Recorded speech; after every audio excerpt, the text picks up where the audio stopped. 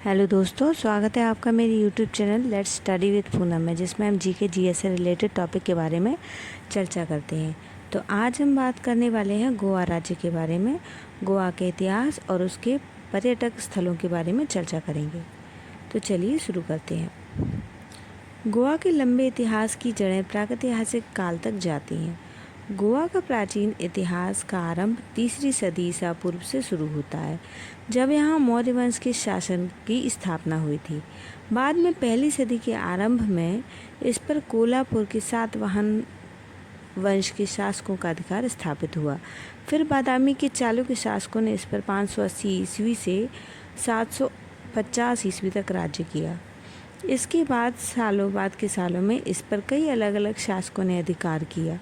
1312 ईस्वी में गोवा पर पहली बार दिल्ली सल्तनत के अधीन शासन हुआ, लेकिन उन्हें विजयनगर के शासक हरिहर प्रथम द्वारा वहां से खदेड़ दिया गया।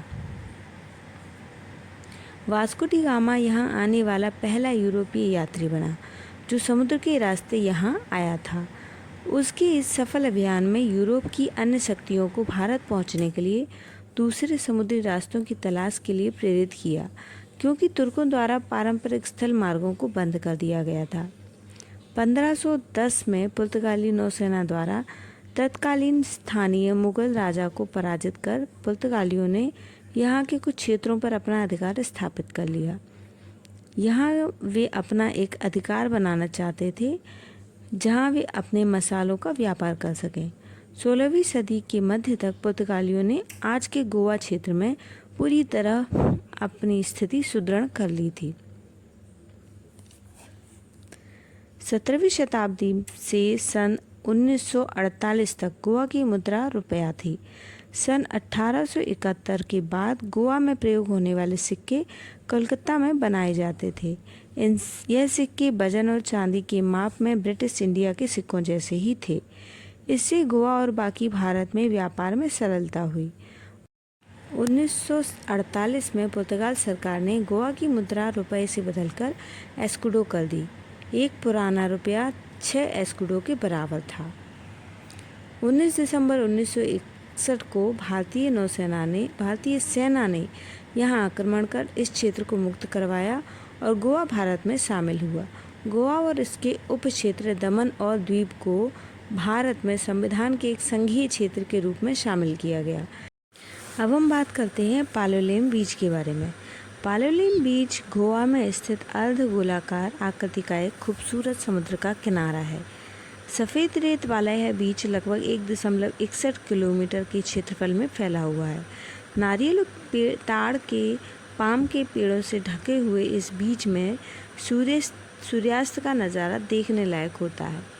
बीच के आसपास बीच हट और स्पा जैसी सुविधाएं मौजूद हैं। इस बीच पर फेरी यात्रा के दौरान किसी मछुआरे की सहायता से आप समुद्र में मछली पकड़ने का आनंद भी ले सकते हैं। इस यात्रा को ज़्यादा रोमांचक बनाने के लिए पर्यटकों को डॉल्फिन स्पॉटिंग पॉइंट पर ले जाया जाता है, जहां वे डॉल्फिन देख सकते हैं। और इसके अतिरिक्त वीकेंड पर पालोलेम बीच पर अमूमन पर्यटकों की भारी भीड़ होती है। घूमने जाने से पहले इस चीज़ का ध्यान रखें कि पालोलेम समुद्र गोवा की राजधानी पणजी से करीब 16 किलोमीटर दूर बागा बीच उत्तर गोवा के बागा गांव में स्थित है। यह गांव का एक बहुत ही लोकप्रिय समुद्र तट है। यहाँ बागा नदी का संगम समुद्र से होता है। बागा बीच पर पैरासेलिंग, वाटर स्पोर्ट आदि का आनंद भी लिया जा सकता है। यहाँ डॉल्फिन देखना भी पर्यटकों के लिए अच्छा अनुभव हो सकता है। बागा बीच की भूरी रेत, पाम के पेड़, शांतिपूर्ण वातावरण पर्यटकों को अपनी ओर आकर्षित करता है। बागा बीच पर करीब मछलियाँ पकड़ना बहुत ही आनंददायक अनुभव या बेहतरीन अनुभव हो सकता है। पर्यटकों के लिए 60 से 70 के दशक के बीच इस बागा बीच का प्रचलन बढ़ा। गोवा के लंबे समय से पुर्तगालियों के अधीन होने के कारण यहाँ की संस्कृति में पुर्तगालियों की संस्कृति का अनूठा मिश्रण देखने को मिलता है। नृत्य, खान पान, संगीत यहाँ की संस्कृति का अभिन्न अंग बन गया है। यहाँ के प्रमुख पर्व में से सेंट जेवियर्स पर्व, कार्निवल और क्रिसमस का पर्व गोवा संस्कृति को अपने में समेटे हुए है। बागा बीच के पास सेंट एलेक्स चर्च लोकल लोगों के मध्य पूजनीय स्थल है। हिंदुओं के पर्व में कलश उत्सव और संगोत्सव मनाया जाता है। पुर्तगाली संस्कृतियों से भरा पूरा संसार आपको देखने को मिल जाएगा, जिसमें चर्च मुख्यतः से देखी जा सकती है। अब हम चर्चा करते हैं गोवा में स्थित दूधसागर जलप्रपात के बारे में। भारत के गोवा राज्य में मंडोवी नदी पर स्थित 4 स्तरीय जलप्रपात है। सड़क मार्ग से पणजी से 60 किलोमीटर दूर है और बेलगाम वास्को दा गामा रेल मार्ग पर मडगांव से लगभग 46 किलोमीटर पूर्व और बेलगाम से 80 किलोमीटर दक्षिण में स्थित है। दूधसागर जलप्रपात भारत के सबसे ऊंचे झरनों में से एक है, जिसकी ऊंचाई 310 मीटर और औसत चौड़ाई 30 मीटर है। ये झरने पश्चिम घाट के बीच महावीर अभयारण्य मोलेम राष्ट्रीय उद्यान में स्थित है। पश्चिमी घाट में पंजिम तक मंडोवी नदी की यात्रा में ये झरने एक विराम चिन्ह है, जहाँ यह अरब सागर से मिलती है। यह क्षेत्र समृद्ध जैव विविधता वाले पर्णपाती जंगलों से घिरा हुआ है।